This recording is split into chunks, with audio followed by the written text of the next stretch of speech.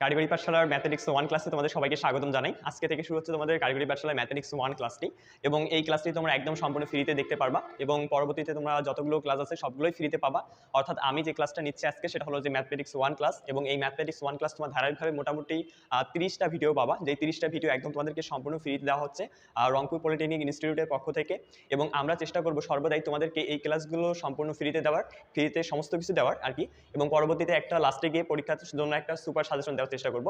So আগেরবার যারা মূলত সেকেন্ড সেমিস্টারে ছিল তাদেরকে হয়তো বা শুধুমাত্র আমি ম্যাথমেটিক্স 2 যেটা ছিল সেটা ক্লাস নিয়েছিলাম এবং সেটার একদম ফ্রিতে ক্লাস দিয়েছিলাম। বাট এইবার তোমাদের জন্য একটা দারুণ খবর, সেটা হলো যে তোমরা শুধু ম্যাথমেটিক্স 1 না, তার সাথে তোমরা ফিজিক্স 1, কেমিস্ট্রি 1, কেমিস্ট্রি শুধুমাত্র একটা আছে কেমিস্ট্রি, অ্যান্ড দেন হচ্ছে তোমাদের বেসিক ইলেকট্রিসিটি যে সাবজেক্টটা রয়েছে, অর্থাৎ যে সাবজেক্টগুলো মূলত কঠিন একটু, সেই সাবজেক্টগুলোর ফ্রি কোর্স আমাদের এই ইউটিউব চ্যানেলে তোমরা পেয়ে যাবা। এর জন্য তো কোনো রকমের পেইড করতে হবে না। সো ইনশাল্লাহ তোমরা এই ক্লাসগুলো অনেক এনজয় করবা এবং আমরা সর্বদাই চেষ্টা করবো তোমাদেরকে সবচেয়ে ভালো মানের ভিডিও এবং ভালো মানের ক্লাস দেওয়ার। তো চলো আজ দেরি না করে তোমাদের ক্লাসটা শুরু করি। তোমাদের ম্যাথমেটিক্স 1 বইয়ে প্রথম অধ্যায় রয়েছে কিন্তু নির্ণায়ক এবং তারপরে অধ্যায় রয়েছে হলো ম্যাট্রিক্স। তো আমি নির্ণায়ক ম্যাট্রিক্স দুটোই একসাথে করাবো এবং এই ক্লাসটা বেশ মজার হবে কিন্তু, হ্যাঁ, কারণ আমরা ক্লাসে যে কাজটা করব সেটা হলো যে অঙ্ক মূলত করবো না, আগে আমরা যে কাজটা করবো সেটা হলো ওইটাকে আবিষ্কার করব যে ওটা কোথা থেকে এলো। মানে আমরা সাধারণত যে কাজগুলো করবো সেটা হলো যে একজন ম্যাথমেটিশিয়ান যে কাজটা করে থাকে উনি কি করে, উনি মূলত ম্যাথটাকে আবিষ্কার করে এবং পরবর্তীতে সেটা সূত্রের মাধ্যমে সহজে কীভাবে সমাধান করা যায়, মানে বাস্তবে যে সমস্যাগুলো রয়েছে, আমরা যে বাস্তবে সমস্যাগুলোর সম্মুখীন হই সেই সমস্যাগুলোকে কি করে সহজে সমাধান করা যায় সেই কাজগুলোই কিন্তু একজন ম্যাথমেটিশিয়ান করে থাকে। বাট আমরা সেটা কি করি, আমরা শুধু সেটা হয়তো বা তাদের নিয়মটাকে ফলো করি, হ্যাঁ, তারপর দেন আমরা পরীক্ষায় পাশ করে যাই আর কি। বাট আমাদের কাজ হওয়া উচিত এরকম যে উনি কি করে ম্যাথটাকে আবিষ্কার করলো বা কি করে এই ফর্মুলাগুলো কোথা থেকে আসলো, এগুলো যদি আমরা জানতে পারি তাহলে কিন্তু আমরা ওই ম্যাথটাকে ফিল করতে পারবো। অর্থাৎ ধরো 2 আর 2 যোগ করলে 4 হয়, এটা কিন্তু আমরা ফিল করতে পারবো। কিভাবে ফিল করতে পারবো, আমরা কিন্তু এমনিতে বুঝতে পারি যে কোনো কিছু 2টা যদি থাকে, আবার যদি কোনো কিছু 2টা থাকে, এই 2 আর 2 মিলে কিন্তু 4 হয়, এটাকে আমরা ফিল করতে পারি। কিন্তু যদি এখন আমি তোমাকে বলি যে পাই ইকুয়াল কত বা পাইয়ের মানটা কত, তোমাকে যদি বলি যে পাইয়ের মান কত, তুমি এখন বললা যে ভাইয়া পাইয়ের মানটা হচ্ছে 3.1416। এখন যদি বলি যে এই পাইয়ের মানটা কেন 3.1416 হলো সেটা আমাকে ব্যাখ্যা দাও, বা তুমি এটাকে কি ফিল করতে পারো কিনা যে পাইয়ের মানটা 3.1416 এ হবে, এটা কেন 2.1416 হলো না বা 5.1416 হলো না, তাই না? এটাকে বলা হয় যে ফিল করা। যে তুমি যদি ফিল করতে পারো যে পাইয়ের মানটা ওটা হচ্ছে, তাহলে বুঝবো যে তুমি কিন্তু ওই ম্যাথটা অনেক ভালো করতে পারবা। আমাদের মধ্যে থেকে যাদের মূলত এই ম্যাথের সমস্যা, তাদের কিন্তু সমস্যা হলো এই জায়গাটাই যে তারা ম্যাথটাকে ফিল করতে পারে না। যদি তুমি ম্যাথটাকে সুন্দর করে ফিল বা উপলব্ধি করতে পারো তাহলে কিন্তু তুমি ম্যাথে একদম মাস্টার হয়ে যাবে, ঠিক আছে? অনেকে কিন্তু ম্যাথ করার পর আমাকে জিজ্ঞেস করে যে ভাইয়া ম্যাথটা হলো কিনা, ম্যাথের উত্তরটা ঠিক হলো কিনা। হ্যাঁ, অনেকে জিজ্ঞেস করে, কিন্তু ম্যাথটা আসলে কিন্তু অনেক সহজ, তবুও তাদের মধ্যে একটা সন্দেহ থেকে যায় যে আমার ম্যাথের উত্তরটা হলো কিনা। এর কারণটা হচ্ছে তারা কিন্তু ওই ম্যাথটাকে ফিল করতে পারে না, তারা মূলত ওই অঙ্কের নিয়ম মুখস্থ করছে এবং মুখস্থ বিদ্যা আর কি অ্যাপ্লাই করছে, যার কারণে কিন্তু তারা জিজ্ঞেস করে যে আমার ম্যাথটা হলো কিনা। তো তোমাদের ওই কাজটা করা যাবে না, অঙ্ক মুখস্থ করা যাবে না, তোমাদেরকে কি করতে হবে, তোমাদেরকে ম্যাথ ফিল করতে হবে। ফিল করার জন্য অবশ্যই তোমাকে বুঝতে হবে ম্যাট্রিক্স আর নির্ণায়ক কোথা থেকে আবিষ্কার হলো বা এটার আসার কারণ কি, আগে ম্যাট্রিক্সটা আসলো নাকি আগে নির্ণায়কটা আসলো, মানে কোন বিষয়টা আগে আমরা পড়বো বা কোন বিষয়টা আগে শিখবো বা ওটা কেন শিখবো। তোমাদের বইয়ে লক্ষ্য করে দেখবা যে নির্ণায়ক প্রথম অধ্যায় দিয়ে দিয়েছে, তাই না? এখন অনেকে ভাববা যে তার মানে নির্ণায়ক মনে হয় সবার আগে হয়তো বিজ্ঞানী বা ম্যাথমেটিশিয়ান আবিষ্কার করছে। বিষয়টা কিন্তু ঠিক ওরকম না। আগে কিন্তু ম্যাট্রিক্সটা দিয়ে শুরু হয়েছে, যাত্রা কিন্তু ম্যাট্রিক্স দিয়ে শুরু, তারপরে কিন্তু ম্যাট্রিক্সটা যখন সমাধান করতে হয় তখনই কিন্তু নির্ণায়কটা চলে আসে। নির্ণায়কের মানটা কেন নির্ণায়ক হয় সেটাও কিন্তু আমরা এখনই দেখবো যে নির্ণায়কের মানটা কেন নির্ণায়ক হচ্ছে। তো এটার আসলে আবিষ্কারটা কোথা থেকে হলো বা এটা শুরুটা কি, সেটা হলো ঠিক এরকম ছিল যে মনে করো যে আমি উদাহরণ দিচ্ছি, হ্যাঁ, বাস্তব কিছু সমস্যা দিচ্ছি তোমাকে, তুমি এগুলো সমাধান করবা। মনে করো যে তোমার কাছে 2টা আপেল আছে এবং 3টা কমলা আছে, 2টা আপেল 3টা কমলা। সো আমরা এখন বোর্ডে লিখবো কিন্তু এটা, তোমার কাছে 2টা আপেল আছে এবং 3টা কমলা আছে, যোগ হচ্ছে 3টা কমলা। এই 2টা আপেল আর 3টা কমলার এই দুটার একত্রে দাম হলো তোমার মনে করো সাপোজ 13 টাকা হলো, হ্যাঁ, 13 টাকা হলো। এবং আরেকজনের কাছে, তোমার বন্ধুর কাছেও সেম ভাবে 4টা আপেল আছে এবং মনে করো 5টা কমলা আছে, তাদের দাম হলো একত্রে হলো 23 টাকা। বিষয়টা বুঝতে পারছো? তোমরা দুইজন বন্ধু মনে করো বাজারে গেছো, তোমাদেরকে 2টা আপেল এবং 3টা কমলা আর এদিকে 4টা আপেল 5টা কমলা কিনতে দেওয়া হয়েছে, ঠিক আছে? তোমাদের কেনার পর মোট দামগুলো ঠিক এরকম আসছে, হ্যাঁ, দোকানে তোমাদেরকে এইটা বলছে যে তোমাদের দুজনকার একজনের দাম আছে 13 টাকা, আরেকজনের দাম আছে হলো 23 টাকা। এখন দোকানি তোমাকে জিজ্ঞেস করলো যে আচ্ছা তাহলে বলো তো একটা আপেলের দাম আর একটা কমলার দাম কত হবে। আশা করি বিষয়টা বুঝতে পারছো যে তোমরা আপেল আর কমলা কিনতে গেছো, দুইজন বন্ধুই কিনছো, কিন্তু দোকানি তোমাদের কি করছে, আপেল 2টা 3টা করে দিচ্ছে, মানে কমলাও দিচ্ছে 2টা 3টা করে, দেওয়ার পর বলতেছে যে আপেল কমলার দাম কত, একটার দাম কত সেটা বের করতে হবে, ঠিক আছে? তো এই পদ্ধতিতে আমরা যদি এরকম চিন্তা করতে পারি যে আচ্ছা ভাই আপনি একটা কাজ করেন, আপনি এই আপেলটাকে x ধরেন আর কমলাটাকে y ধরেন, তাহলে বিষয়টা তো এরকম আসতেছে আমাদের যেহেতু আমরা গাণিতিকভাবে সমাধান করবো, আপেল কমলা তো আর লেখা যাবে না গাণিতিকভাবে সমাধান করতে গেলে, তাই না? তো এখানে দেখো 4x আর হচ্ছে তোমার হচ্ছে 5y, এই যে। তো এরকম দুইটা সমীকরণ কিন্তু আমাদের তৈরি হয়ে গেল, তাই না? তো দেখো তো এই সমীকরণগুলো তুমি কোথায় দেখছিলে, মনে করে দেখো তো। তুমি কিন্তু এই সমীকরণগুলো তোমার হচ্ছে ক্লাস 8 এর কথা মনে করো, 8 এ যে অপনয়ন এবং প্রতিস্থাপন পদ্ধতি মনে আছে আশা করি, সেখানে কিন্তু তুমি এই সমীকরণগুলো দেখেছিলে, বা ক্লাস 9 10 মনে হয় অপনয়ন পদ্ধতিতে যাদের হায়ার ম্যাথ বই আছে তাদের ওখানে দেখবা যে এই যে সমীকরণগুলো আছে এই সমীকরণগুলোর সমাধান কিন্তু অপনয়ন বা প্রতিস্থাপন পদ্ধতিতে করা যায় সহজেই। সো এই যে ম্যাথটা আছে এই ম্যাথটাকে কিন্তু অপনয়ন বা প্রতিস্থাপন পদ্ধতিতে সমাধান করা যায়, বা আরো অনেক নিয়ম আছে যেগুলোর মাধ্যমে কিন্তু আমরা এই ম্যাথগুলো সমাধান করতে পারি সহজেই। অর্থাৎ আমরা x এবং y এর মান অর্থাৎ আপেল এবং কমলার মানটা কিন্তু সহজেই আমরা ওই পদ্ধতিতে বের করতে পারবো। এছাড়াও ম্যাথমেটিশিয়ান যে কাজটা করলো সেটা হলো তিনি ম্যাট্রিক্সের সাহায্যে, কার সাহায্যে, এই ম্যাট্রিক্সের সাহায্যে চিন্তা করলেন যে x আর y এর মানটাকে বের করতে। তো তিনি যে কাজটা করলেন সেটা হলো যে এখানে যে তোমাদের সহগগুলো আছে না, এই যে x এর সাথে 2 বা x এর সাথে 4, সমস্যা কিন্তু তৈরি করতেছে ওরা এরা, সমস্যা কিন্তু এখানে না। x আর y এগুলো কিন্তু সমস্যা না, সমস্যা হচ্ছে এই সংখ্যাগুলো, অর্থাৎ সংখ্যাগুলো যেহেতু পরিবর্তনশীল তো সংখ্যাগুলো সমস্যা, x আর y তো সেম আছে। তো যেহেতু সমস্যা হচ্ছে এগুলো, তিনি যে কাজটা করলো তিনি একটা মূলত সুন্দর একটা এরকম তৃতীয় বন্ধনী দিল, এবং এই তৃতীয় বন্ধনীর মাঝে এই যে তোমরা যে সহগগুলো দেখতেছো এই সহগগুলোকে তিনি লিখে ফেললেন এভাবে, ঠিক 5 এটা। এবং তার পরবর্তীতে তিনি কি করলেন, এই যে x এবং এই যে y যেটা রয়েছে চলক সেটাকে তিনি এভাবে লিখে ফেললেন, এবং ইকুয়াল হিসাবে তিনি কি করলেন, যে ধ্রুবকগুলো আছে সেই ধ্রুবকগুলোকে ঠিক এভাবে খাড়া আকারে লিখে ফেললেন। এখন তোমরা আমাকে অনেকেই প্রশ্ন করবে যে ভাইয়া এগুলোকে এভাবে লেখলেন কেন আপনি, তাই না? এটার অ্যাকচুয়ালি কোনো বিশেষ কারণ বা কোনো মানে তেমন কোনো ব্যাখ্যা নেই যে এটাকে কেন আসলে এভাবে সাজানো হলো। যিনি এটা আবিষ্কার করছেন ম্যাথমেটিশিয়ান, তিনি কিন্তু মূলত দেখছেন যে এভাবে কিন্তু এটাকে যদি সাজানো হয়, পরবর্তীতে আমরা দেখবো যে এগুলোতে আড়াআড়ি গুণ করা হচ্ছে, হ্যাঁ পরবর্তী আমরা এটা শিখবো নির্ণায়কের ক্ষেত্রে। তো তিনি যেটা দেখলেন সেটা হলো যে এভাবে যদি সাজানো হয় তাহলে দেখা যায় ওই ম্যাথটাকে সমাধান করতে খুব মানে ইজি লাগে বা টাইম খুব সময় কম লাগে, যার কারণে কিন্তু তিনি হয়তো এইভাবে এইটাকে সাজিয়েছেন, ঠিক আছে? এটার কোনো নির্দিষ্ট ব্যাখ্যা নেই যে এটাকে এভাবে কেন সাজানো হলো, যার কারণে কিন্তু আমরা এটাকে এভাবেই চিন্তা করব। এরপরে আমরা যেটা কাজ চিন্তা করতে পারি সেটা হলো যে এখানে দেখো x আর y, আমার মান দরকার কার, x আর y এর মান দরকার, তাই না? যেহেতু আমার x আর y এর মান দরকার সেহেতু এখানে যেটা মান রয়েছে এই মানটা কিন্তু আমার তেমন একটা প্রয়োজন হবে না। তো আমি একটা কাজ করতে পারি সেটা হলো যে এই মানটাকে যদি আমি মানে আউট করতে চাই তাহলে আমাকে একটা কাজ করতে হয়, সেটা হলো যে এই বিপরীত মানটা দিয়ে আমি যদি উভয় পক্ষে গুণ করি তাহলে দেখা যায় এই মানটা কিন্তু চলে যাবে। তো এই ইনভার্সটা দ্বারা গুণ করার আগে তোমাদেরকে আরেকটা বিষয় এখানে ক্লিয়ার করে দেই। তো তোমরা এখানে যে মানগুলো দেখতে পারতেছো আমি কিন্তু সবগুলোকে তৃতীয় বন্ধনী দ্বারা আবদ্ধ করছি, অর্থাৎ এক্স ওয়াই এর যে সাথে যে সহগগুলো ছিল সেগুলোকে আমি তৃতীয় বন্ধনী দ্বারা আবদ্ধ করছি, এবং পরবর্তীতে আমি সেটাকে আবার গুণ করছি। কি বলতো, এখানে আমি গুণ করছি হলো এই আবার এক্স ওয়াই চলকগুলোকে এর সাথে গুণ করছে, হ্যাঁ এটা কিন্তু গুণ আকারে আছে, ওকে? সো গুণ আকারে আছে, এবং পরবর্তীতে আমি ইকুয়াল হিসেবে কি লিখছি, ইকুয়াল হিসেবে লিখছি হলো এই যে তোমাদের যে ধ্রুবকগুলো ছিল সেই ধ্রুবকগুলোকে লিখছি। সো এগুলোকে আসলে কি বলা হয়, এগুলোকে কিন্তু ম্যাট্রিক্স বলা হয়। এই প্রত্যেকটাকে একটা করে ম্যাট্রিক্স বলা হচ্ছে, ঠিক আছে? এইটা একটা ম্যাট্রিক্স, এটা একটা ম্যাট্রিক্স, এটা একটা ম্যাট্রিক্স। সো এই ম্যাট্রিক্সের মধ্যে দেখো সারি আছে হলো 2টা এবং কলাম আছে হলো 2টা। এখন সারি আর কলামটা কি এটা একটু তোমাদেরকে বুঝতে হবে। তো সারি এবং কলামটা বোঝার জন্য এখানে দেখো লক্ষ্য করো, এখানে যে উপাদানগুলো রয়েছে বা এলিমেন্টগুলো রয়েছে বা এখানে যে মানগুলো দেখতেছো 2 3 4 5 এগুলোকে প্রত্যেকটাকে বলা হচ্ছে উপাদান, বা এর আরেকটা সুন্দর নাম আছে সেটা হলো যে ভুক্তি। তো এই ভুক্তিগুলো যদি অনুভূমিক বরাবর থাকে, এই দেখো যে অনুভূমিক বরাবর মানে কি, এই যে সোজা এই বরাবর যদি থাকে তাহলে এগুলোকে বলা হচ্ছে সারি, এবং যদি উলম্ব বরাবর থাকে এই যে মানগুলো উলম্ব বরাবর রয়েছে সেগুলোকে বলা হচ্ছে কলাম। সেম ভাবে দেখো এখানে যে মানগুলো অনুভূমিক বরাবর রয়েছে সেগুলোকে বলা হচ্ছে কি সারি, আর যেটা উলম্ব বরাবর রয়েছে সেটাকে কি বলা হয়, সেটাকে বলা হচ্ছে কলাম। তো এখন এখানে দেখো সারি রয়েছে 2টা, কলাম রয়েছে 2টা। কিভাবে, এখানে দেখো তোমার সারি রয়েছে 1টা 2টা, সেম ভাবে দেখো কলাম রয়েছে 1টা 2টা, কিন্তু এখানে দেখো সারি রয়েছে 2টা বাট কলাম রয়েছে কিন্তু 1টা। দেখো সারি 1টা 2টা, এদিকে একটা সারি এদিকে একটা সারি নিচে। তো সারির কিন্তু কোনো রকমের এমন কোনো এক্স্যাক্টলি মান নেই যে তোমাকে বলতে হবে যে সারির মধ্যে 2টা মান থাকতে পারে, 3টা মান থাকতে পারে, বা একটা মানও থাকতে পারে। যেমন এখানে সারিতে মাত্র কয়টা মান রয়েছে, একটা মান। ঠিক সেম ভাবে দেখো এখানে তোমাদের তাহলে কলাম কয়টা, একটা কলাম রয়েছে।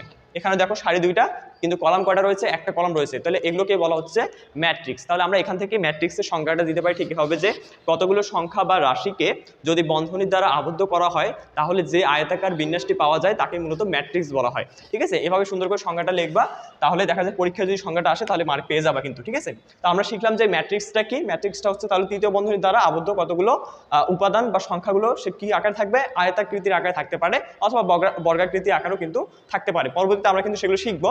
তো আমাদের এখন কাজ হচ্ছে এক্স আর ওয়াই এর মান কিন্তু মূলত বের করা। সো এক্স আর ওয়াই এর মান বের করতে গিয়ে আমরা কি শিখলাম, ম্যাট্রিক্সটা শিখে গেলাম কিন্তু। ঠিক আছে, তাহলে আমরা এখান থেকে ম্যাট্রিক্সের বিষয়টা একদম ক্লিয়ারভাবে বুঝতে পারলাম। তো এখন আমরা নির্ণায়কের বিষয়টাও কিন্তু এখান থেকেই বুঝতে পারবো।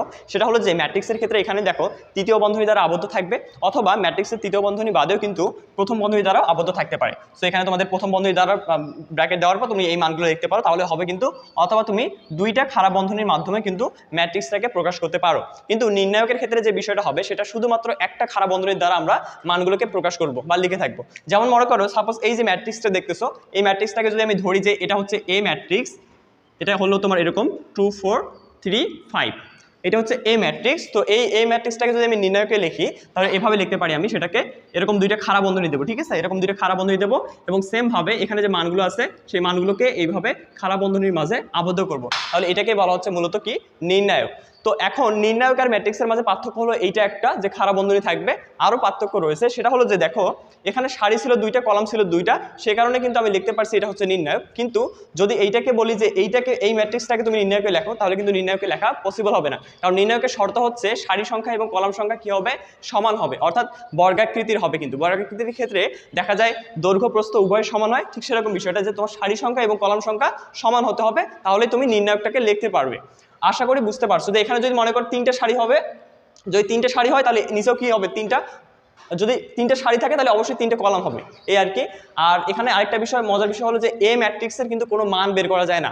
এ ম্যাট্রিক্সের যদি বলা হয় যে মান কত, হোয়াট, তাহলে এই ম্যাট্রিক্সের কিন্তু কোনো মান বের করা যায় না, বাট নির্ণায়কের কিন্তু মান বের করা যায়, ঠিক আছে, নির্ণায়কের একটা মান বের করা যায়, বাট এই ম্যাট্রিক্সের কোনো মান বের করা যায় না। তাহলে আমরা এখান থেকে তিনটা পার্থক্য শিখলাম। তো এই তিনটা পার্থক্য যদি পরীক্ষায় কখনো আসে যে নির্ণায়ক আর ম্যাট্রিক্সের মধ্যে পার্থক্য কি, তাহলে আমরা এভাবে লিখলেই কিন্তু আমাদের মূলত ফুল মার্ক আমরা পেয়ে যাবো। তো এর শান্ত অতি সংক্ষিপ্তে আসে, তার সংক্ষিপ্তে তেমন এগুলো আসে না, শুধুমাত্র অতি সংক্ষিপ্তে নির্ণায়ক আর ম্যাট্রিক্সের পার্থক্যটা আসতে পারে। তো আমরা এখন আসল বিষয়ে চলে আসি, সেটা হলো যে এক্স আর ওয়াই এর মান বের করা, অর্থাৎ আপেল কমলার দাম বের করা, সেটা নিয়ে আসি।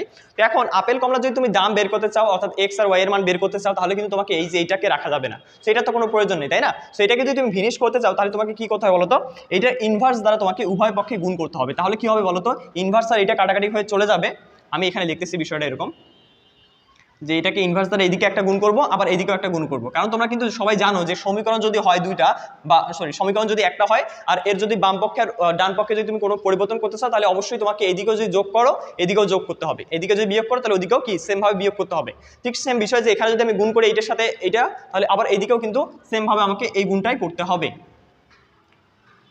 তো গুণ করে নিলাম, ঠিক আছে। তাহলে কি হবে বলো তো, এইটা আর এটা কিন্তু কাটাকাটি হয়ে চলে যাবে। বিষয়টা ঠিক ওরকম না যে কাটাকাটি হয়ে চলে যাবে। তো এখানে ইনভার্স আর এটার সাথে যদি এটা তুমি গুণ করো তাহলে কিন্তু একটা মান পাবা, সেটাকে বলা হয় অভেদক মান। সেই অভেদক মানের সাথে আবার যদি তুমি এইটাকে গুণ করো তাহলে ওই মানটাই পাবা। তো এখন অভেদ কথাটার অর্থ কি, আমি এটাও একটু বলে দিই, কারণ এগুলো জানা আসলে প্রয়োজন নেই, তবুও কিন্তু জানা উচিত বলে মনে করি আমি। অভেদটা কি, অভেদ মানে হচ্ছে যাকে ভেদ করা যায় না, বা যাকে আসলে পরিবর্তন করা যায় না, হ্যাঁ, বা যেটা দিয়ে গুণ করলে বা যোগ করলে পরিবর্তিত হয় না কোনো কিছু। মনে করো সাপোজ আমি যদি তোমাকে প্রশ্ন করি যে 2 এর সাথে কত যোগ করলে 2 2 থাকবে, 2 এর সাথে কত যোগ করলে 2 2 থাকবে, তুমি এখন কি বলবা, অবশ্যই 0। 2 এর সাথে যদি তুমি 0 যোগ করো 2 কিন্তু 2 থাকবে, তাহলে 2 এর যোগের অভেদটা কি হবে, 0 কিন্তু হবে 2 এর অভেদ যোগের ক্ষেত্রে। আর যদি আমি তোমাকে এটা বলি যে 2 এর সাথে কত গুণ করলে 2 2 থাকবে, তুমি সেক্ষেত্রে বলবা যে 1 যদি আমি গুণ করি 2 এর সাথে তাহলে 2 2 থাকবে কিন্তু, ঠিক আছে। তাহলে ওইটাও কি, যে ওইটা গুণের ক্ষেত্রে অভেদ হচ্ছে 1। ঠিক সেম ভাবে দেখো এইটার ক্ষেত্রে তুমি যদি গুণ করো তাহলে একটা অভেদ মান পাবে, এখানে যে অভেদ মানটা পাবে সেটা পাওয়া হলো মনে হয় আই হোপ 1001 পাবা। যে মানটা পাবা তুমি সেই মানটার সাথে আবার যদি তুমি এইটা গুণ করো তাহলে সেম ভাবে ওই মানটাই পাবা কিন্তু, যার কারণে অ্যাকচুয়ালি আমি বলতেছি যে ইনভার্স আর এটা কাটাকাটি যাচ্ছে, সো অত প্যারা নেওয়ার দরকার নাই। তো এখন যদি কাটাকাটি যায় তাহলে এখানে কি থাকবে, এক্স আর ওয়াই থাকবে, এবং এখানে থাকবে হলো তোমার, মনে করো আমি ইনভার্সটা আগে দেখি, তাহলে এইটা, এবং এখান থেকে থাকতেছে হলো এই মানটা। তো এখন এইটা লেখার পর অনেকে এখন জিজ্ঞেস করবে যে ভাইয়া এক্স আর ওয়াই এর মান কেমনে বের করবো, তাই না। এক্স আর ওয়াই এর মান দেখো তোমাদের অটোমেটিকলি কিন্তু বের হয়ে যাবে। যদি মনে করো যে এইটা, এই যে এই মানটা আছে, এই মানটাকে ক্যালকুলেশন করার পর যদি মান আসে এরকম যে 1 আর 2 যদি মান আসে, মনে করো সাপোজ বের হলো কত, 1 আর 2 বের হলো, তাহলে এক্স এর মান কত হবে, 1 হবে, আর ওয়াই এর মান হবে 2। বিষয়টা বুঝতে পারছো, যে এইটার যদি তুমি দুইটা গুণ করো, গুণ করার পর যদি তোমার এই মানটা আসে, তাহলে তোমার অ্যান্সারটা হবে কিরকম, x = 1, y = হচ্ছে 2। যদি মনে করো সাপোজ 1 2 এর পরিবর্তে যদি এখানে 2 আর 3 আসতো, তাহলে x এর মানটা কত হতো, এক্স এর মানটা 2 হতো আর ওয়াই এর মানটা কত 3 হতো। সেম ভাবে যদি এখানে -1 চলে আসতো, মনে করো সাপোজ এখানে 2 আর -3 চলে আসছে, তাহলে ওয়াই এর মানটা কত হবে -3 হবে। এটাই কিন্তু এটা দ্বারা এটা বোঝানো হয় যে এখানে যদি এরকম দুইটা মান আসবে কিন্তু, হ্যাঁ ওই দুইটা মানের মধ্যে উপরেরটা হবে এক্স এর মান আর নিচেরটা হবে ওয়াই এর মান। তো এখন আসো এখানে যে তুমি ইনভার্সটা দেখতেছো, এই ইনভার্সটাকে তোমাকে কিন্তু ক্যালকুলেশন করতে হবে। এখন কথা হচ্ছে ইনভার্সের আবার ক্যালকুলেশনটা কিভাবে করে ম্যাট্রিক্সের ক্ষেত্রে, এখান থেকেই কিন্তু মূলত নির্ণায়কের মানে উদ্ভক্তি বা উদ্ভব ঘটে আসলে এখান থেকেই মূলত, যে আমি যদি এক্স আর ওয়াই এর মানটা বের করতেই চাই তাহলে অবশ্যই আমাকে কিন্তু এখান থেকে কাজ করতে হবে। আর যেহেতু ম্যাট্রিক্সের কোনো মান বের করা যায় না, মান বের করা যায় অ্যাকচুয়ালি নির্ণায়কের, সেক্ষেত্রে কিন্তু এখানে তোমাদের যে ইনভার্সটা আছে এই ইনভার্সটাকে ক্যালকুলেশন করলে দেখা যায় যে এটা তোমার 1/, হচ্ছে এইটার হচ্ছে তোমার নির্ণায়ক আসে। ঠিক আছে, সূত্রই কিন্তু এটা যে ইনভার্সকে যদি তুমি মান বের করতে চাও তাহলে তোমাকে যেভাবে বের করতে হবে 1/, হচ্ছে এইটার নির্ণায়ক। আমরা কিন্তু নির্ণায়কটাকে খাড়া বন্ধনীর মাধ্যমে লিখে থাকি। ঠিক আছে, তো এইটা নির্ণায়ককে বের করার পর তারপরে গুণ করতে হয় হলো অ্যাডজয়েন্ট ম্যাট্রিক্স গুণ করতে হয়। সো অ্যাডজয়েন্ট ম্যাট্রিক্সটা আমরা পরে শিখবো, সমস্যা নেই সেটা, কিন্তু কথা হচ্ছে যদি তুমি এইটার মান বের করতেই চাও তাহলে তোমাকে কিন্তু অবশ্যই নির্ণায়কটার প্রয়োজন হচ্ছে। কারণ সূত্র হচ্ছে কি বলতো, তুমি যদি ইনভার্সের মান বের করতে চাও তাহলে অবশ্যই 1/, সেই নির্ণায়কটা লিখতে হবে। মানে এই বিষয়টা হচ্ছে ঠিক এরকম যে তোমার মনে করো এ একটা ম্যাট্রিক্স রয়েছে, এই ম্যাট্রিক্সে তুমি ইনভার্স বের করতে যাচ্ছ, অর্থাৎ এ ইনভার্স বের করতে যাচ্ছ, তাহলে তোমাকে কি করতে হবে 1/, এ ম্যাট্রিক্স এ নির্ণায়কটাকে লিখতে হবে এবং এর সাথে একটা অ্যাডজয়েন্ট এবং এই এ ম্যাট্রিক্সের অ্যাডজয়েন্ট ম্যাট্রিক্সের গুণ করতে হবে। সো অ্যাডজয়েন্ট ম্যাট্রিক্সটা নিয়ে কোনো মাথা ব্যথা নেই আমার, মাথা ব্যথা হচ্ছে এইটাকে নিয়ে যে তুমি যদি এইটার মান বের করতেই চাও তাহলে অবশ্যই তোমাকে 1/, নির্ণায়কটাকে ভাগ করতে হবে। এখন নির্ণায়কটাকে যদি তুমি ভাগ না করো তাহলে কিন্তু তুমি এক্স আর ওয়াই এর মানটা কখনোই বের করতে পারবা না, যার কারণে কিন্তু আমাদের প্রথমে কিন্তু শিখতে হয় যে নির্ণায়কের মানগুলো কি করে বের করতে হয়। এই জন্যই তোমাদের বইয়ে প্রথম অধ্যায়ে কিন্তু নির্ণায়কটা দেওয়া হচ্ছে। আর নির্ণায়কটা হচ্ছে যে মানটা মূলত নির্ণয় করে যে এটাকে মান সমাধান করা যাবে কিনা, তোমার এক্স ওয়াই এর মানটা বের করা যাবে কিনা। ধরো সাপোজ এই যে নির্ণায়কটা তুমি 1/, লিখছো, এটা যদি এই নির্ণায়কের মানটা কখনো সামহাও 0 চলে আসে, কখনো সামহাও যদি 0 চলে আসে 1/0, তাহলে কিন্তু সেটা অসংজ্ঞায়িত হয়ে যায়। তুমি ক্যালকুলেটর চাপ দিয়ে দেখো 1/0, সেটা কিন্তু অসংজ্ঞায়িত। এখন তাহলে নির্ণায়কের মানটা যদি কখনো অসংজ্ঞায়িত হয়ে যায় তাহলে কিন্তু কখনোই তুমি এক্স আর ওয়াই এর মানটা বের করতে পারবা না। তার মানে নির্ণায়ক তোমাকে নির্ণয় করে দিচ্ছে যে তুমি এক্স আর ওয়াই এর মানটা বের করতে পারবা কি না, সেই জন্য কিন্তু এইটার নাম বলা হচ্ছে নির্ণায়ক। ঠিক আছে, তো এই জন্য আমাদের প্রথম যে অধ্যায় রয়েছে সেই অধ্যায় কিন্তু আমাদের নির্ণায়ক দিয়ে শুরু করতে হয় এবং নির্ণায়ক কি করে মান বের করতে হয় সেটা আমাদেরকে ভালো করে আয়ত্তে রাখতে হয়। যদি আমরা এই ম্যাথগুলো করতে চাই তাহলে অবশ্যই আমাদেরকে নির্ণায়কটা ভালো করে পারতে হবে। আশা করি বুঝতে পারছো, সেই জন্য কিন্তু আমরা নির্ণায়ক দিয়ে এখন ম্যাথ শুরু করবো এবং পরবর্তীতে আমরা ম্যাট্রিক্সের এইরকম ম্যাথগুলো যেগুলো রয়েছে সেগুলোকে সহজেই সমাধান কি করে করতে হয় সেগুলো আমরা দেখবো। তো চলো শুরু করি আমাদের নির্ণায়কের ক্লাস। তো আমরা বেশ কয়েকটা টাইপের মাধ্যমে এই ক্লাসটি শেষ করে দেবো। সো প্রথম টাইপে রয়েছে নির্ণায়কের মান নির্ণয়, পরবর্তীতে টাইপে থাকবে হলো অনুরাশি বা সহগুণক নির্ণয় এবং পরবর্তী টাইপে আস্তে আস্তে কিন্তু আমরা টাইপগুলো ধাপে ধাপে শেষ করব। সো প্রথম টাইপের দিকে থাকবে হলো মূলত অতি সংক্ষিপ্ত যে প্রশ্নগুলো আসে তোমাদের বোর্ড পরীক্ষায় সেগুলো, এবং পরবর্তীতে আমরা সংক্ষিপ্ত এবং রচনামূলকে চলে যাব। সো অতি সংক্ষিপ্তের জন্য তোমাদের নির্ণায়ক থেকে সবচেয়ে বেশি আসে হলো নির্ণায়কের মান নির্ণয় এবং হচ্ছে অনুরাশি আর সহগুণক নির্ণয়। সো নির্ণায়কের মান কি করে নির্ণয় করতে হয় বা অতি সংক্ষিপ্তের সাধারণত প্রশ্নগুলো কীরকম থাকে তো আমরা সেগুলো দেখে নিই। সো এখানে বেশ কয়েকটা আমি প্রথম টাইপে বেশ কয়েকটা ম্যাথ লিখছি, 4টা ম্যাথ লিখছি। সো এই 4টা ম্যাথের মধ্যে প্রথম ম্যাথটা দেখো কি করে সমাধান করতে হয়। সো নাম্বার 1, ওকে। সো এখানে যে মানগুলো দেখতেছো আমি কিন্তু মানগুলো আরেকবার লিখে নিই নাকি তোমাদের জন্য ভালো হবে। 1 2 5 3 6 7 এবং আছে হলো 4 8 9। সো আমরা কি করব, নির্ণায়কের মান নির্ণয় করব এখন। সো নির্ণায়কের মান নির্ণয় করতে গেলে এখানে কিন্তু আমাদের একটা সূত্র মনে রাখতে হবে। সূত্রটা কিরকম, যে যদি মনে করো সাপোজ দুইটা, যদি এখানে তো মনে করো 3টা সারি এবং 3টা কলাম রয়েছে, যদি 2টা সারি আর 2টা মানে কলাম থাকে তাহলে সেক্ষেত্রে আমরা নির্ণায়কটা কেমন নির্ণয় করবো সেটা একটু দেখে নিই। ছোট একটা অঙ্ক, যেমন মনে করো আগে যেটা লিখছিলাম 2 3 4 5।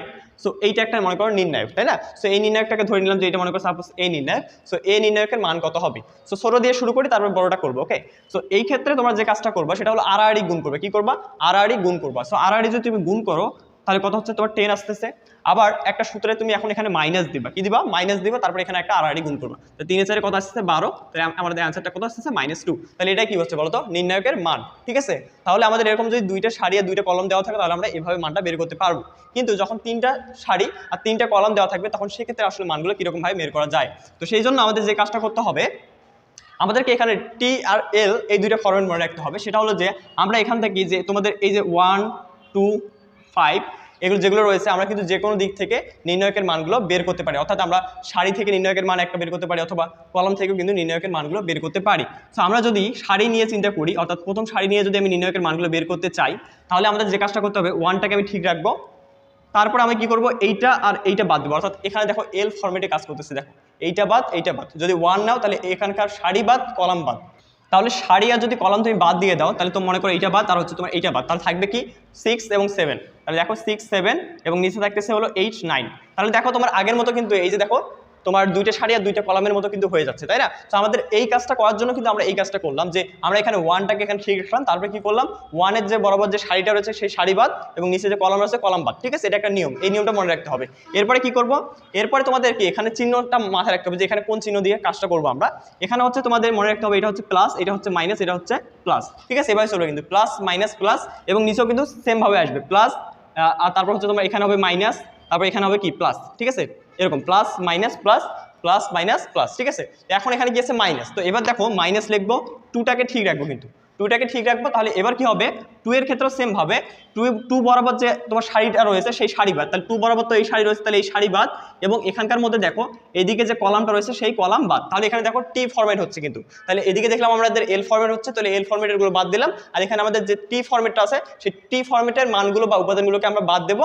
বাদ দেওয়ার পর যে মানগুলো থাকবে অর্থাৎ এখানে 3 4 7 এবং 9 সেটাকে কিন্তু লিখে ফেলবে এভাবে, ঠিক আছে? তো ঠিক সেম ভাবে এখন কি করা যায়, এখন আমরা প্লাস এখানে মনে হয় প্লাস 5 ছিল, সো 5টাকে যদি লিখি এবার প্লাস 5টাকে যদি লিখি আমরা তাহলে দেখো একইভাবে প্লাস 5-এর এখানে দেখো যে সারিটা রয়েছে এই 5 বরাবর যে সারিটা রয়েছে সেই সারি বাদ যাবে এবং এই 5 বরাবর যে কলামটা রয়েছে সেই কলামটা কিন্তু আবার বাদ যাবে। তাহলে দেখো আবার কিন্তু এল আকৃতির হচ্ছে, তাহলে এল আকৃতির যে উপাদানগুলো রয়েছে সেগুলো বাদ দিয়ে বাকি যে উপাদানগুলো থাকবে সেই উপাদানগুলোকে আমরা লিখে নেব এখানে। তাহলে 3 6 4 8, তাহলে দেখো প্রত্যেকটা ক্ষেত্রে কিন্তু দুইটা সারি এবং দুইটা কলামের ওই নিয়মটা কিন্তু চলে আসছে। তাহলে এখন আমরা কিন্তু চাইলে সরাসরি আড়াআড়ি গুণ করে মানগুলো বের করতে পারি। তো এখন কি করে মানগুলো বের করব, 1 এটা কিন্তু গুণ আকার আছে, ঠিক আছে? 1-এর সাথে এটা গুণ আকার আছে, তাহলে 6 লং 54, সূত্রে একটা মাইনাস দিবে, সর্বদা একটা সূত্রে কি দিবা মাইনাস দিবা, তারপর হচ্ছে 7 56, ঠিক আছে? -2 27 -28, ঠিক একইভাবে প্লাস 5 24 -24। আশা করি বিষয়টা বুঝতে পারছো। আমরা কি করলাম, আমরা মূলত সারি নিয়ে কাজ করলাম। কি নিয়ে কাজ করছি, সারি নিয়ে, অর্থাৎ সারির যে প্রথম সারি নিয়ে কাজ করছি, প্রথম সারিতে যে উপাদানগুলো রয়েছে সেগুলো নিয়ে কাজ করলাম, ওগুলোকে আমরা ঠিক রাখলাম। দেখো ওগুলোকে আমরা কোনো কাজ করিনি, ওগুলো কিন্তু ঠিক রাখছি। ওগুলোকে ঠিক রাখার পর কি করছি, ওগুলো বরাবর যে সারি এবং কলামগুলো ছিল সেগুলোকে বাদ দিছি। তাহলে আমরা এখানে কি করলাম, আমরা এখানে যে প্রথম সারিটা ছিল সেই সারিটা নিয়ে কাজ করছি, অর্থাৎ এখানে সারির যে উপাদানগুলো ছিল সেই উপাদানগুলোকে আমরা ঠিক রাখছি এবং ওই উপাদানগুলো সারি এবং কলামে যে উপাদানগুলো ছিল সেই উপাদানগুলোকে বাদ দিয়ে আমরা বাকি যে উপাদানগুলো ছিল সেগুলো নিয়ে আমরা একটা নির্ণায়ক সাজিয়েছি এবং পরবর্তীতে আমরা সেটা কিন্তু মান বের করার জন্য গুণ করছি আড়াআড়ি ভাবে। তো এখন এটাকে যদি তুমি ক্যালকুলেশন করো তাহলে এখান থেকে পাবা হলো দেখো -2 পাবা আর এখান থেকে পাবা দেখো -1 দ্যাট ইজ +2 আর এখান থেকে দেখো টোটালি কিন্তু 0, রাইট? সো 0 আমি +0 লিখতে পারি। সো এখন অ্যান্সারটা কিন্তু কি আসতেছে 0 আসতেছে, কারণ -2 আর হচ্ছে +2 0। সো আমরা এই অঙ্কটা কিন্তু অনেকভাবে করতে পারি, ঠিক আছে? তুমি কিন্তু এই দেখো আমি এটাকে প্রথম সারি দিয়ে করছি, তুমি কিন্তু চাইলে দ্বিতীয় সারি দিয়েও করতে পারতা। আমরা দেখো আরেকবার এই ম্যাথটাকে সমাধান করব, সেটা হলো এবার আমরা কলাম সংখ্যাকে ধরে কাজটা করব। তো একইভাবে দেখো আমি ম্যাথটাকে আবার তুলতেছি, আমি 1 2 5 3 6 7 4 8 9। তো আমরা কি করছিলাম, আগের বার সারিটাকে আমরা ধরছিলাম, বাট এবার আমরা ধরবো হলো কলামটাকে, ঠিক আছে? আমরা কলামটাকে ধরে নিব, তাহলে আমরা 1টাকে ঠিক রাখবো এবং এই 1 বরাবর যতগুলো মান আছে সেগুলোকে বাদ দেবো এবং এই বরাবর যে মানগুলো আছে সেগুলোকে বাদ দেবো। তো আমি যদি এই বরাবর মানগুলোকে বাদ দিই আবার এই বরাবর মানগুলোকে বাদ দিই তাহলে আবার দেখো 6 7 8 9 পাচ্ছি, তাই না? তো এখন কি হবে, এখানে প্লাস হবে নাকি মাইনাস হবে? যেহেতু আমি কি করতেছি এই কলাম বরাবর নিচ্ছি, তাই না? সো কলাম বরাবর এখন কি আছে 3 আছে, এই যে 3 আসলো এখানে, কিন্তু এই 3টা প্লাস হবে না মাইনাস হবে? আমাদের এই সূত্র অনুযায়ী মনে রাখো যে এখানে কি হবে প্লাস মাইনাস প্লাস, ঠিক একইভাবে কি হবে প্লাস মাইনাস প্লাস, এখানে কি হবে মাইনাস তারপর হবে প্লাস। তো সূত্র অনুযায়ী এখানে কি আসতেছে মাইনাস আসতেছে, ঠিক আছে? তো এখন দেখো 3 যেহেতু আমি এখানে নিয়েছি তাহলে এখন কি করতে হবে, 3 বরাবর যতগুলো মান আছে সেগুলোকে বাদ দিতে হবে। 3 বরাবর দেখো কলাম বরাবর এই মানগুলো রয়েছে আবার এই মানগুলো রয়েছে, তাহলে আমরা কি করলাম এই মানগুলো আর এই মানগুলো বাদ দিলাম। তাহলে এখন কি কি থাকলো আমাদের এখানে 2 5 8 9, ঠিক একইভাবে আমাদের এখন কি হবে +4 হবে। 4-এর যে মানগুলো রয়েছে এখন দেখো 4-এ কি কি মান রয়েছে, 4-এ দেখো এই বরাবর মান রয়েছে এবং এই বরাবর মান রয়েছে, দেখো এল হয়ে গেছে কিন্তু, তাই না? সো টি এবং এল এই ফরম্যাটগুলোই কিন্তু আসবে। সো দেখো এখন কি কি থাকবে এখানে 2 5 6 7 2 5 6 7, দেখো আগের মতো কিন্তু। এখন কি করবা, সেম ভাবে গুণ করে দিবা আড়াআড়ি ভাবে, দেখো গুণ করো 6 লং 54 মাইনাস সূত্রে কি মাইনাস 27 56 -3 9 দুগুণ 18 5 কত হয় 40 +4 7 দুগুণ হচ্ছে 14 মাইনাস হচ্ছে কত 5 6 30, ঠিক আছে? তো এখন দেখো এখানে ক্যালকুলেশন করলে আসতেছে আমার -2 আর এখানে -3, আর এখানে দেখো অ্যান্সারটা কিন্তু মাইনাস আসবে, তাই না? তো এখানে কত আসবে? মাইনাস কিছু একটা আসবে, তো মাইনাস আর এখানে মাইনাস কি হয়ে যাবে? প্লাস হয়ে যাবে। তো কত আসে অ্যান্সারটা বলো তো? আমি এখানে যদি বিয়োগ করি তাহলে হচ্ছে 2 আসবে, অ্যান্ড দেন 2 আসবে, অর্থাৎ 22 আসবে, ঠিক আছে? আমি তো আবার 22 এর সাথে যদি আবার 3 গুণ করি তাহলে কত আসতেছে দেখো তো, একেবারে 3 যদি গুণ করি তাহলে একেবারে মানটা বলতেছি, হ্যাঁ, তাহলে হচ্ছে তোমাদের 66 প্লাস তাহলে কত? 66। আবার এখানে দেখো, এখানে যে মানটা চলে আসতেছে এখানে কিন্তু নেগেটিভ মান চলে আসতেছে, তাই না? এখানে আমাদের অ্যান্সারটা আসবে হলো -64। তাহলে আমাদের এখানে দেখো ক্যালকুলেশন করে আসতেছে আমাদের একইভাবে 0। তাহলে আমরা কি করলাম? একবার আমরা সারি দিয়ে করলাম এবং একবার আমরা কলাম দিয়ে করলাম। তো তোমরা বাসায় ঠিক একইভাবে কাজগুলো করিও, তাহলে দেখবে তোমাদের অঙ্কগুলোর অ্যান্সার কিন্তু খুব সহজে হবে। তো যদি তুমি যেটাকে ধরবা সেই মানগুলোকে কি করবে? ঠিক রাখবা, এবং ওই মানগুলো সারি এবং কলাম বরাবর যে উপাদানগুলো রয়েছে সেগুলোকে বাদ দিয়ে কিন্তু তুমি যে নির্ণায়কটা পাবা সেই নির্ণায়কের মানগুলোকে ক্যালকুলেশন করলেই তুমি তোমার অ্যান্সারটা পেয়ে যাচ্ছ। সো এরপরে দেখো তোমার 2 নম্বর যে ম্যাথটা রয়েছে সেই 2 নম্বর ম্যাথটাকে আমরা একটু সমাধান করব। সো 2 নম্বর ম্যাথে দেখো, এখানে দেখো সবগুলোতে 2 2 রয়েছে, তাই না? অর্থাৎ একটা শাড়ির যে উপাদানগুলো রয়েছে সবগুলো কিন্তু সমান রয়েছে। তো আমরা এই ম্যাথটাকে ঠিক এভাবে সমাধান করতে পারি, যদি আমরা এখানে দেখো সামহাউ কখনো তোমরা চাইলে আমি যে এখন যে নিয়মটা শিখালাম ওভাবে করতে পারো, অথবা তোমরা চাইলে কিন্তু খুব ইজিভাবে এই ম্যাথটাকে সহজে সমাধান করতে পারো। কিভাবে? যে তোমরা চাইলে কিন্তু এখন এখান থেকে কমন নিতে পারো। কি নিতে পারো? কমন নিতে পারো। তো এখানে দেখো কমন কিছু যায় কিনা। এখানে কমন নেওয়ার বিষয়টা হচ্ছে ঠিক এরকম যে তুমি চাইলে হয় কলাম থেকে কমন নিতে পারো অথবা সারি থেকে কমন নিতে পারো। নিয়মটা হচ্ছে ঠিক এরকম যে হয় তুমি কলাম থেকে কমন নিতে পারো অথবা কি সারি থেকে কমন নিতে পারো, কিন্তু তুমি কখনো এরকম কোনাকুনি বা এরকম কোনাকুনি কমন নিতে পারবা না। তোমাকে যদি কমন নিতে হয় তাহলে হয় সারি থেকে নয়তো কলাম থেকে। তো আমি এখানে দেখতেছি যে আমার এখানে দেখো এই যে এখান থেকে কমন নেওয়া যায়। এখান থেকে যদি আমি সবার মাঝ থেকে যদি 2 কমন নিয়ে নিই তাহলে আমার এখানে থাকবে কত বলো তো? 2 যদি আমি এখানে কমন নিয়ে নিই, দেখো 2 কমন নিয়ে নিলাম, তাহলে এখানে থাকবে কি? এখানে থাকবে হলো আমার 3 4 আর হচ্ছে এখানে 5। এখন বলতেছো অনেকে হয়তো চিন্তা করবা যারা নতুন এখন যেহেতু, তো তোমরা এখন অনেকে চিন্তা করবে যে ভাই এগুলোর সাথে তো কোনো কানেকশন নিলেন না। কানেকশন কোনো দরকার নেই। তোমাকে যেটা বলা হচ্ছে সেটা হলো যে তুমি হয় কলাম থেকে নিতে পারো, যে কোনো একটা কলাম, হয় এইটা কলাম যে কোনো একটা কলাম থেকে নিতে পারো, তুমি কমন নিতে পারো, সমস্যা নেই। আবার তুমি চাইলে এখান থেকেও কমন নিতে পারো 2, ঠিক আছে? আবার এখান থেকেও চাইলে তুমি যদি কমন নেওয়া যায় তাহলে এখান থেকে কমন নিতে পারো, অর্থাৎ একই সাথে তুমি কিন্তু 3টা কমন নিতে পারো যদি 3টা কমন যায়। আবার একই সাথে তুমি এদিক থেকেও 3টা কমন নিতে পারো, ঠিক আছে? তো কমন নেওয়ার সিস্টেমটা হচ্ছে ঠিক এরকম যে তুমি হয় সারি থেকে কমন নিবা অথবা কলাম থেকে কমন নিবা, কিন্তু অবশ্যই মানগুলো যেন সেখানে থাকে কমন নেওয়ার মতো, নাহলে কিন্তু কমন নেওয়া যাবে না। তো এখন যদি আমরা এখান থেকে 2 কমন নিই তাহলে এখান থেকে দেখো 3 থাকতেছে, 4 থাকতেছে এবং 5 থাকতেছে, তাই না? সেখানে একইভাবে দেখো 3 4 5, অ্যাকচুয়ালি এর মানটা কত হবে জানো? এর মানটা অ্যাকচুয়ালি 0 হবে কিন্তু। তো অ্যান্সারটা কত হবে? টোটালি 0 হবে। অর্থাৎ এখন তোমাদেরকে একটা বিষয় মনে রাখতে হবে, সেটা হলো যে যদি কখনো কোনো নির্ণায়কের 2টা সারির মান অথবা 2টা কলামের মান একই হয়, 2টা সারি অথবা 2টা কলামের মান কি হয়? একই হয়, তাহলে ওই নির্ণায়কের মানটি কত হয়? 0 হয়। আর এখন যদি কারো বিশ্বাস না হয় যে ভাই এই মানগুলো কেন 0 হয়, তাহলে তোমরা কি করবা? ওই যে প্রথমে যে ম্যাথটা করাইলাম ওই ম্যাথের মতো করে অঙ্কটা করে দেখো, দেখবে যে মানটা ঠিক হয় 0 আসতেছে। তাহলে কি বললাম? যদি 2টা সারি, দেখো এই যে একটা সারি, মনে করো সারি তো এখানে 3টা আছে, যদি 2টা সারির মান যদি একই হইতো তাহলে 0 হইতো, অথবা দেখো 2টা কলাম, এই যে একটা কলাম আর এই যে একটা কলাম, এই 2টা কলামের মান কিন্তু একই, যার কারণে আমরা কি বলতেছি? এই মানটা 0 হবে। তাই একেবারে আমি এটার সাথে গুণ করলাম 0, একেবারে বলে দিলাম যে 0 হয়ে যাচ্ছে অ্যান্সারটা। সো তোমরা এটা চাইলে ক্যালকুলেশন করে দেখতে পারো যে 2টা সারির মানটা 2টা কলামের মানটা যদি একই হয় তাহলে জুড়ে কেমনে হয়, ঠিক আছে? তোমরা এটা বাসায় করিও। সো এরপরে দেখো 3 নাম্বার যে ম্যাথটি রয়েছে, 3 নাম্বার ম্যাথটাও সেম ভাবে আমরা কাজটা করবো। দেখো 3 নাম্বার ম্যাথটা করার জন্য কি করতে হবে? 3 নাম্বার ম্যাথে দেখো এখানে 1 1 1 রয়েছে, আবার এখানে দেখো 2 2 2 রয়েছে। তো এখন দেখো তো তুমি যদি এখান থেকে 2 কমন নিয়ে নাও তাহলে দেখো তো এখানে কি আসবে? 2 যদি তুমি আবার কমন নিয়ে নাও তাহলে তো এখানে 1 1 1 থাকবে, ঠিক আছে? অর্থাৎ তুমি যেখান থেকে কমন নিবা সেখান থেকেই নিবা, আর বাকি সবগুলো কিন্তু ঠিকঠাক থাকবে। ক্লিয়ার?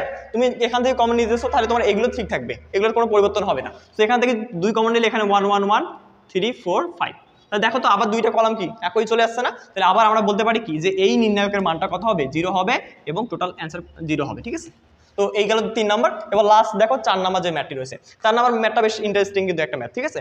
সো এই ম্যাথটাকে দেখো, এই বরাবর দেখো 2টা শূন্য আছে, কিন্তু এই বরাবর কি আছে? কয়টা শূন্য? 2টা শূন্য। আবার দেখো এখানে আবার এই দিকেও কিন্তু 2টা শূন্য আছে, ঠিক আছে? তো আমরা চাইলে এদিক থেকে করতে পারি, আবার দেখো এদিক থেকে করতে পারি, মানে তুমি চাইলে এই সারিটাকে ধরে করতে পারো অথবা এই সারিটাকে ধরে করতে পারো। শূন্য দিয়ে কেন করতেছি? কারণ এখানে শূন্য দিয়ে যখন করবা তখন দেখো তুমি যখন ধরবা এভাবে যে 1টাকে যখন ঠিক রাখবা তখন তুমি কি লিখবা? এইটা বাদ এইটা বাদ, তাহলে 4 5 0 3 এটাকে লিখবা। এটাকে লেখার পর এখন চিন্তা করবে যে এখন কি হবে? এখন তো মাইনাস হবে, কারণ প্লাস মাইনাস প্লাস। তাহলে মাইনাস যখন 0 লিখতে যাবা তখন তুমি এখন নিজেই চিন্তা করবে যে আচ্ছা 0 যদি আমি লিখি, আবার যদি এখানে কোনো কিছু লিখি, যাই লিখি না কেন, নির্ণায়ক যাই লিখি না কেন, এখানে 0-এর সাথে কোনো কিছু গুণ করলে তো 0 হবে। তো লেখার তো কোনো প্রয়োজন নেই, তাই না? আবার মনে করো এই যে এখানে আবার দেখো 0 আসতেছে, +0। আবার যখন আমি এখানে কোনো একটা নির্ণায়কের মান লিখতে যাবো যখনই লিখতে যাবে তখনই মাথার মধ্যে প্রশ্ন আসবে যে হায় হায় এখানে তো জিরো আছে, জিরোর সাথে তো গুণ করলে জিরো হবে, তাহলে ওগুলো খামোখা লেখার দরকার আছে? তোমারও মনে করো কলমের কালি শেষ, আমারও মার্কারের কালি শেষ, তো লেখার কোনো প্রয়োজন নেই। সো সেই জন্য কি আমরা জিরো দিয়ে কাজটা করতেছি। জিরো দিয়ে কাজ করলে কি হচ্ছে যে ওই দিকের মানগুলো লেখার প্রয়োজন হচ্ছে না, সেই জন্য কি করলাম আমরা জিরো দিয়ে কাজটা করলাম, অর্থাৎ আমরা সারি নিয়ে কাজটা করলাম। আমরা কিন্তু চাইলে কলাম নিয়েও কাজটা কি করতে পারতাম। তো এখন মনে করো এখানে যে ক্যালকুলেশনটা হবে সেটা কি হবে, অঙ্কের অ্যান্সার হবে 3 4 12 আর মাইনাস হচ্ছে কত, জিরোর সাথে 5 গুণ করলে কত, জিরো হচ্ছে, ইকুয়াল হচ্ছে 12। তাহলে এইটাই কি বলতো অঙ্কের অ্যান্সার। আশা করি নির্ণয়কের মান নির্ণয় করতে গিয়ে আর কোনো রকমের সমস্যার মধ্যে তোমরা পড়বা না। যদি সমস্যার মধ্যে পড়ো অবশ্যই আমাকে কমেন্ট করে জানাবা, আমি তোমাদেরকে সমাধান দিয়ে দেবো।